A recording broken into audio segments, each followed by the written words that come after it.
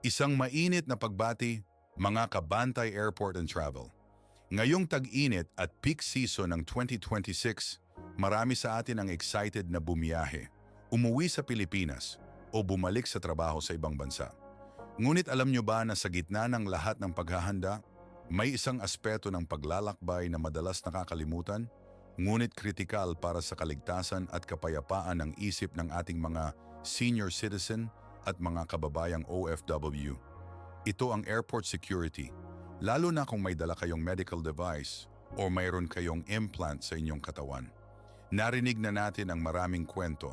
Ang lolo na na-delay sa security dahil sa kanyang pacemaker, ang lola na pinabuksan ang lahat ng gamot at medical supplies, o ang OFW na pinagpaliwanag ng husto tungkol sa kanyang CPAP machine. Ang mga sitwasyong ito ay hindi lang nakakaubos ng oras at pasensya, kundi nakakadulot din ng matinding stress at pag-aalala, lalo na sa mga may edad na at sa mga may pinapangambahang kondisyon sa kalusugan. Sa siksikan at init ng NAIA at iba pang paliparan ngayong summer, ang ganitong abala ay doble ang bigat. Ayaw nating mangyari yan sa inyo, mga kababayan, kaya nandito ang Bantay Airport and Travel para gabayan kayo. Ang video na ito ay ginawa para bigyan kayo ng kumpletong gabay kung paano lusutan ang airport security nang walang abala, kahit pa may dala kayong medical device o may implant sa inyong katawan. Hindi lang ito tungkol sa pag-iwas sa delay. Ito ay tungkol sa pagprotekta sa inyong kalusugan, dignidad at karapatan bilang pasahero. Tatalakayin natin ang bawat detalye mula sa mga dokumentong kailangan ninyong ihanda hanggang sa tamang paraan ng pakikipag-ugnayan sa security personnel. Kaya huwag nang magpahuli, samahan nyo kami sa mahalagang diskusyong ito at siguraduhin nating magiging ligtas at maayos ang inyong biyahe. Simulan na natin ang paghahanda para sa inyong susunod na paglipad. Marahil ay nagtataka kayo, bakit nga ba kailangan pang maging mahigpit sa mga medical devices? Hindi ba't halata namang hindi ito banta sa seguridad? Ang totoo, mga kababayan, ang mga airport security protocols ay idinisenyo para sa kaligtasan ng lahat ng pasahero. At minsan, ang mga kagamitang medikal ay maaaring mag-trigger ng mga alarma sa X-ray machines o metal detectors. Hindi ito personal na atake sa inyo o sa inyong kondisyon. Ito ay bahagi ng standardized global security procedures na kailangan sundin ng lahat ng paliparan kasama na ang NAIA. Sa 2026, mas advanced na ang mga teknolohiya sa security at mas sensitibo rin ang mga ito sa iba't ibang uri ng materyales. Ang pangunahing dahilan ay ang pagtukoy ng anumang potensyal na banta na maaaring itago sa loob o sa paligid ng mga medical device. Halimbawa, ang isang pacemaker ay may metal components na magti-trigger ng metal detector. Ang mga insulin pump naman, bagamat maliit, ay may electronics na kailangan suriin. Ang mga portable oxygen concentrator o CPAP machines ay may batteries at internal components na kailangan ding i-clear. Ang pagiging maalam sa prosesong ito ay ang unang hakbang para maiwasan ang abala. Ngunit mahalagang malaman ninyo ang inyong mga karapatan. Bilang isang pasaherong may medical needs, may karapatan kayong humiling ng pribadong screening kung hindi kayo komportable sa public pat-down. May karapatan din kayong magpaliwanag tungkol sa inyong kondisyon at sa inyong medical device. Hindi kayo dapat bastusin o pagdudahan. Ang mga security personnel ay sinanay para maging sensitibo sa mga pasaherong may special needs. Bagamat minsan ay kailangan nating ipaalala sa kanila ang ating mga karapatan sa magalang na paraan. Tandaan, ang pagiging handa at may kaalaman ay ang pinakamabisang panangga laban sa anumang abala. Huwag mag-atubiling humingi ng tulong o magtanong kung may hindi kayo naiintindihan.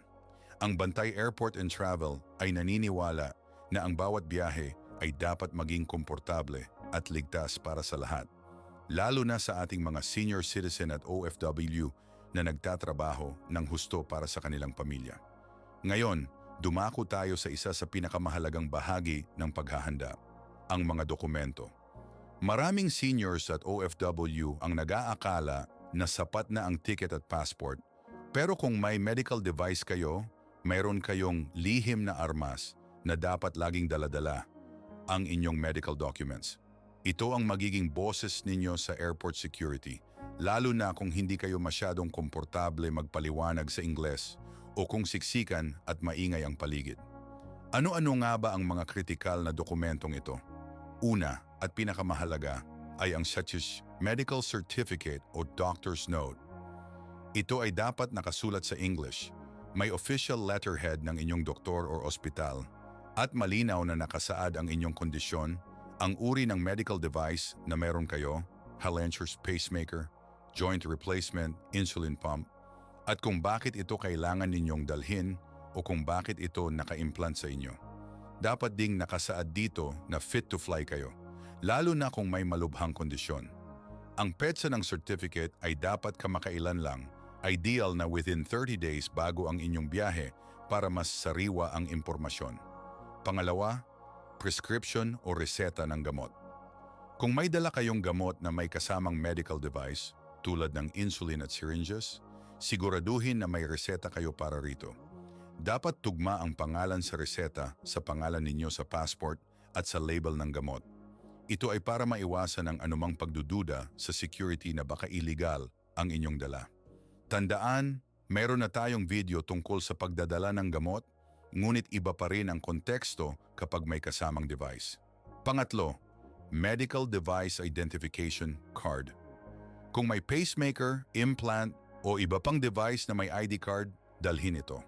Karaniwan itong ibinibigay ng manufacturer o ng inyong doktor. Naglalaman ito ng mahalagang impormasyon tungkol sa device, kabilang ang serial number at emergency contact. Ito ay mabilis na paraan para patunayan na legitimate ang inyong device. I-print ang mga dokumentong ito at ilagay sa isang malinaw na folder sa inyong hand carry bag. Mas mainam kung may digital copy din kayo sa inyong telepono, pero laging mas maganda ang hard copy. Huwag ninyong ipasa ang mga dokumentong ito sa check-in baggage. Dapat laging nasa inyong hand carry at madaling maabot. Sa ganitong paraan, handa kayo sa anumang tanong ng security at mas mabilis kayong makakalusot.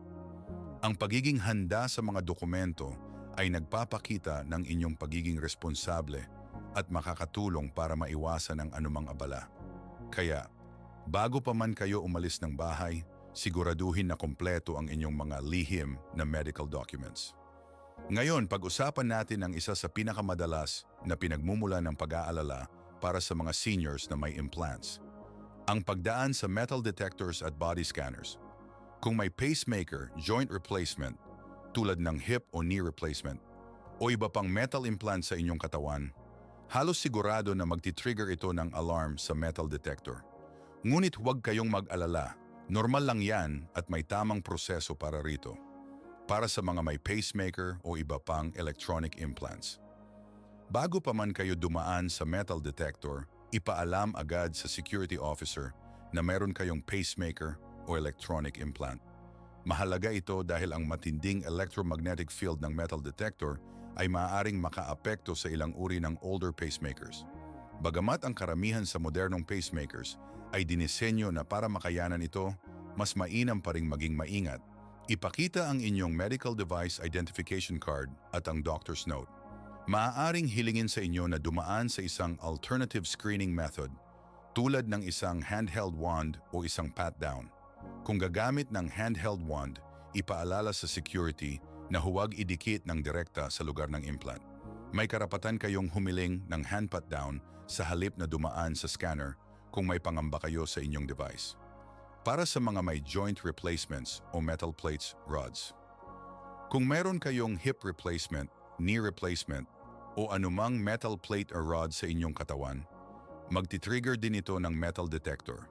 Gaya ng sa pacemaker, ipaalam agad sa security officer ang inyong kondisyon bago dumaan. Maaari kayong dumaan sa scanner at kung mag-alarm ito, asahan ang isang handheld wand screening o isang pat-down. Ipakita rin ang inyong medical documents kung hihingin. Ang mahalaga ay ang pagiging proactive sa pagdeklara ng inyong implant. Sa ganitong paraan, mas mabilis at mas maayos ang proseso at maiiwasan ang anumang pagkaantala o pagkalito. Pangkalahatang tips. Magsuot ng komportabling damit. Iwasan ang mga damit na may maraming metal accessories na maaaring maging sanhi ng dagdag na alarma. Alisin ang lahat ng metal sa bulsa. Siguraduhin na walang barya, susi o cellphone sa inyong bulsa bago dumaan. Maging kalmado at magalang. Ang pagiging kalmado at magalang ay makakatulong para maging maayos ang transaksyon sa security personnel. Tandaan, ginagawa lang nila ang trabaho nila. Ang paghahanda sa aspetong ito ay makakatipid sa inyo ng oras at stress. Kaya, mga kababayan, alalahanin ang mga payong ito bago kayo sumabak sa airport security. Ang inyong kaligtasan at kapayapaan ng isip ang aming prioridad. Patuloy na maging handa at magiging maayos ang inyong biyahe. Bukod sa mga implants, marami rin sa ating mga senior citizen at OFW ang naglalakbay na may dalang mas malalaking medical equipment tulad ng CPAP machines, portable oxygen concentrators o gumagamit ng wheelchairs. Ang mga kagamitang ito ay may sariling set ng rules at protocols sa airport security at mahalagang malaman ninyo ang mga ito para maiwasan ang anumang abala, lalo na ngayong siksikan ang mga paliparan sa 2026. Para sa CPAP, Continuous Positive Airway Pressure. Machines. Ang CPAP machines ay karaniwang pinapayagang dalhin sa hand carry baggage. Hindi ito binibilang bilang isa sa inyong carry-on allowance, kaya huwag kayong mag-alala sa espasyo. Ngunit, kailangan itong alisin sa bag at ilagay sa isang tray para dumaan sa X-ray machine. Siguraduhin na malinis ang inyong CPAP at walang tubig sa humidifier chamber. Ihanda rin ang inyong doctor's note para rito. Kung gagamitin niyo ito sa eroplano, kailangan ninyong ipaalam sa airline ng maaga. Ideally 48-72 oras bago ang flight. Dahil may mga specific rules sila sa paggamit ng electronic devices on board, lalo na sa power source. Para sa portable oxygen concentrators, POCs. Ang pagdadala ng POC ay mas mahigpit ang regulasyon. Karamihan sa mga airlines ay nangangailangan ng medical certificate na nagpapatunay na kailangan nyo ang oxygen at fit to fly kayo. Kailangan nyo ring ipaalam sa airline ng maaga ang tungkol sa inyong POC dahil may listahan sila ng mga aprobadong modelo. Ang mga batteries nito ay may specific rules din sa pagdadala. Karaniwan, kailangan itong nasa hand carry at may sapat na supply para sa 150% ng inyong total travel time. Hindi pinapayagan ang liquid oxygen sa commercial flights. Sa security checkpoint, kailangan itong dumaan sa X-ray at maaaring suriin ng mas detalyado ng security personnel. Ihanda ang lahat ng dokumento at maging handa sa pagpaliwanag. Para sa wheelchairs at mobility aids. Kung gumagamit kayo ng wheelchair, manual man or electric, may karapatan kayong humiling ng assistance mula sa airline. Ipaalam sa kanila sa pag-book pa lang. Sa security, ang wheelchair ay dadaan sa X-ray machine kung posible o mas madalas ay susuriin ito manually ng security personnel. Kayo, bilang pasahero, ay dadaan sa screening at maaaring humiling ng pat-down screening habang nakaupo sa inyong wheelchair. May karapatan din kayong humiling ng pribadong screening. Ang mga batteries ng electric wheelchairs ay may sariling regulasyon din, kaya siguraduhin na alam ninyo ang rules ng inyong airline tungkol dito. Tandaan, ang paggamit ng wheelchair ay hindi sagabal sa inyong karapatan sa mabilis at maayos na security check. Mayroon na tayong video tungkol sa Skip the Line, Senior Hack sa Immigration and Security, Wheelchair Guide, na maaari ninyong balikan para sa mas detalyadong impormasyon. Sa lahat ng mga kagamitang ito, ang susi ay ang Sure Advanced Notification sa inyong airline at ang sure pagiging handa ng inyong mga dokumento. Huwag mag-atubiling humingi ng tulong sa airport staff. Nandiyan sila para gabayan kayo. Ang Bantay Airport and Travel ay nagpapaalala na ang inyong kalusugan at kaginhawaan ang dapat laging prioridad sa inyong paglalakbay.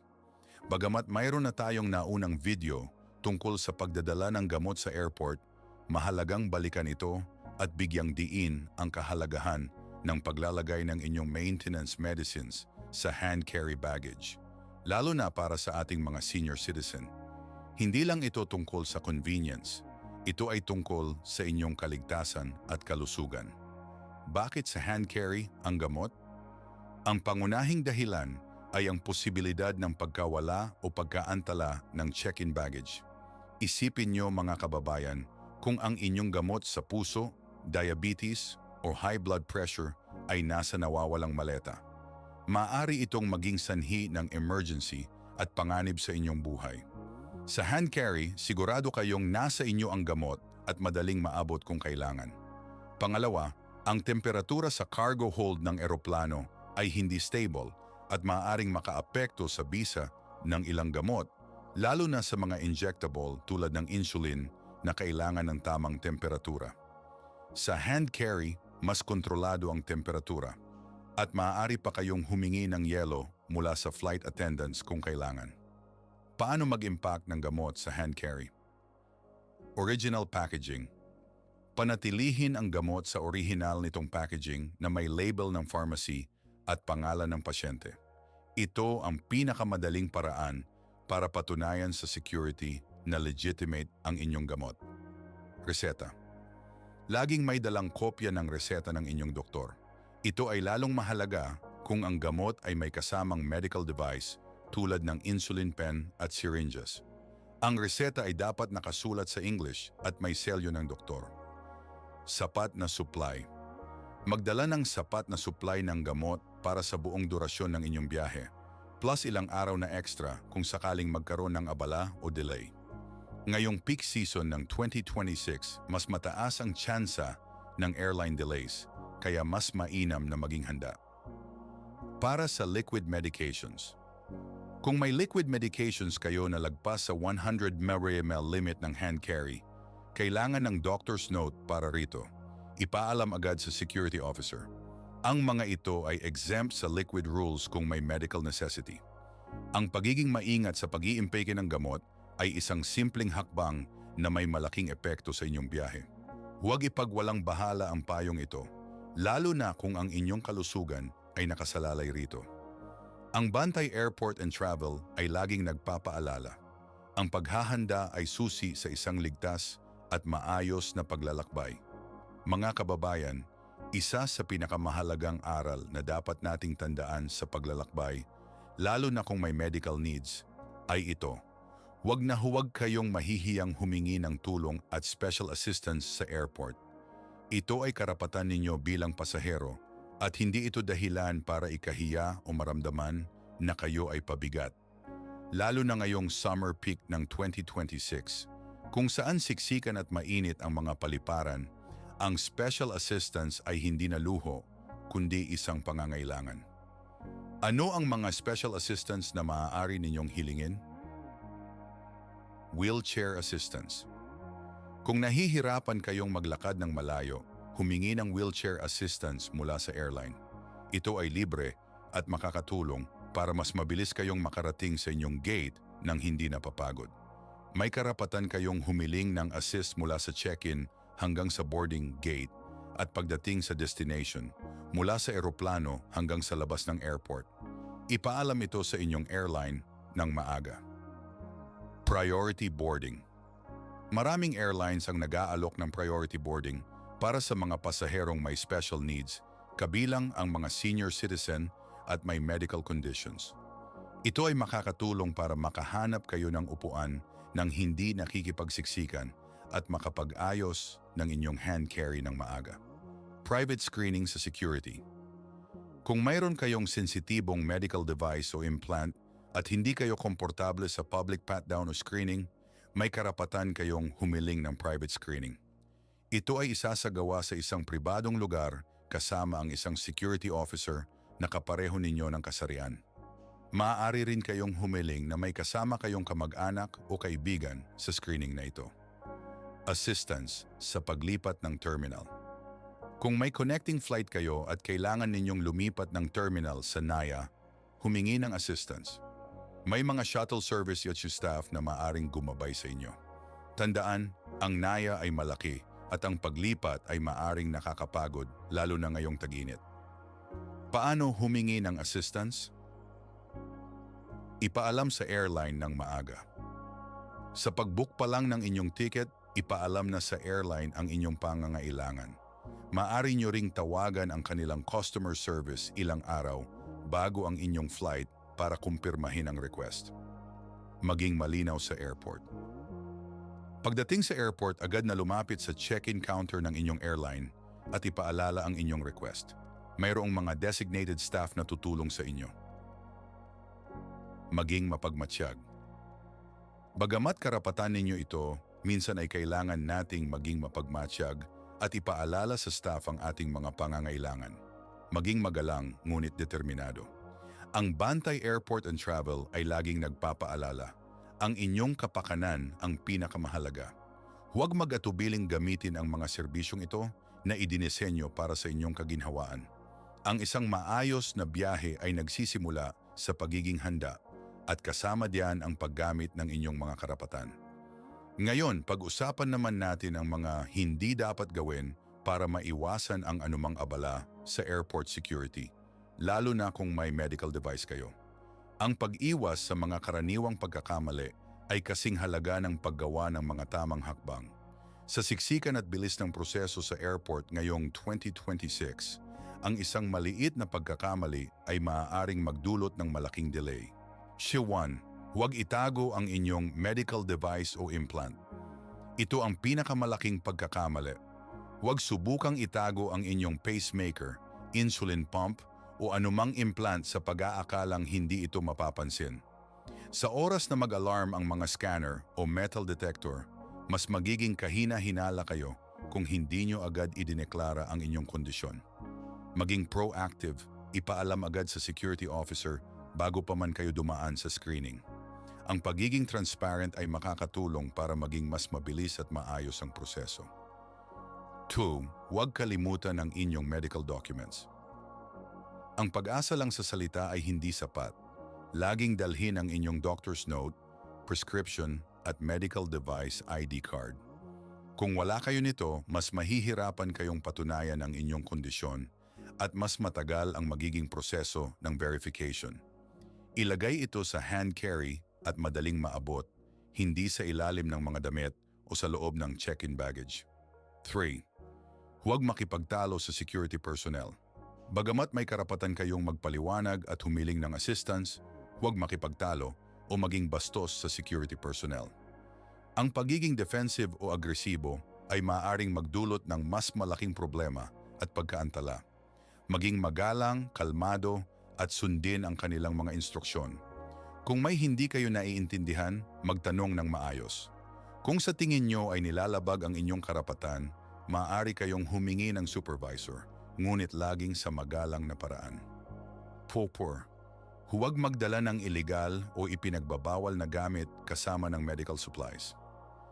Siguraduhin na ang inyong medical supplies ay hindi nahahaluan ng anumang ipinagbabawal na gamit.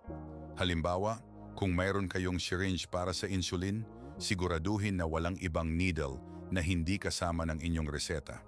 Ang anumang kaduda-dudang item ay maaaring magdulot ng masusing inspeksyon at pagkaantala. 5. Huwag mag-assume na alam na ng lahat ang inyong kondisyon. Sa dami ng pasahero na dumadaan sa airport araw-araw, hindi lahat ng staff ay agad na malalaman ang inyong kondisyon. Responsibilidad ninyong ipaalam sa kanila ang inyong medical needs. Maging malinaw at direkta sa pagpapaliwanag. Hindi ito pagiging pabigat, ito ay pagiging responsable sa inyong sarili at sa inyong biyahe. Ang pag-iwas sa mga pagkakamaling ito ay makakatulong ng malaki para maging mabilis at walang abala ang inyong pagdaan sa airport security. Tandaan, ang Bantay Airport and Travel ay laging nandito para gabayan kayo. Maging handa, maging maalam, at magiging maayos ang inyong paglalakbay. Ayan, mga Kabantay Airport and Travel, narating na natin ang dulo ng ating gabay. Umaasa kami na ang mga impormasyong ibinahagi namin ngayon ay magbibigay sa inyo ng sapat na kaalaman at kumpiyansa para harapin ang airport security ng walang takot o pangamba. Kahit pa may dala kayong medical device o may implant sa inyong katawan. Ang inyong kaligtasan, kalusugan at kapayapaan ng isip ang aming pangunahing layunin. Tandaan ang mga pangunahing puntos. Una, maghanda ng kumpletong medical documents. Ang inyong doctor's note, prescription at medical device ID card. Ito ang inyong boses at patunay sa security. Pangalawa, maging proactive sa pagdeklara ng inyong implants o medical equipment bago pa man kayo dumaan sa screening. Huwag itago, huwag mag-atubili. Pangatlo, alamin ang inyong mga karapatan sa special assistance at private screening at huwag mahihiyang humingi ng tulong. At pang-apat, iwasan ang mga karaniwang pagkakamali, tulad ng pagkalimot sa dokumento o pakikipagtalo sa staff. Ngayong peak season ng 2026, kung saan mas siksikan at mas mabilis ang daloy ng mga pasahero sa NAIA at iba pang paliparan, ang pagiging handa ay hindi na opsyon kundi isang pangangailangan. Ang bawat hakbang na ginagawa ninyo bago pa man kayo umalis ng bahay ay isang pamumuhunan sa isang ligtas at walang abalang biyahe. Ang Bantay Airport and Travel ay laging nandito, nakabantay, para siguraduhin na protektado kayo sa bawat yugto ng inyong paglalakbay. Kung mayroon pa kayong mga katanungan o kung may karanasan kayo na gusto ninyong ibahagi tungkol sa pagdaan sa airport security na may medical device, huwag mag-atubiling mag-comment sa ibaba. Ang inyong mga kwento at katanungan ay malaking tulong sa iba pa nating mga kababayan. At kung nakita ninyong kapaki-pakinabang ang video na ito, pakiusap, i-like at i-share ninyo ito sa inyong mga kaibigan at mahal sa buhay, lalo na sa mga senior citizen at OFW. At syempre, huwag kalimutang mag-subscribe sa Bantay Airport and Travel para sa mas marami pang praktikal na gabay at babala sa biyahe. Hanggang sa muli, maging ligtas sa inyong paglalakbay, mga kabantay.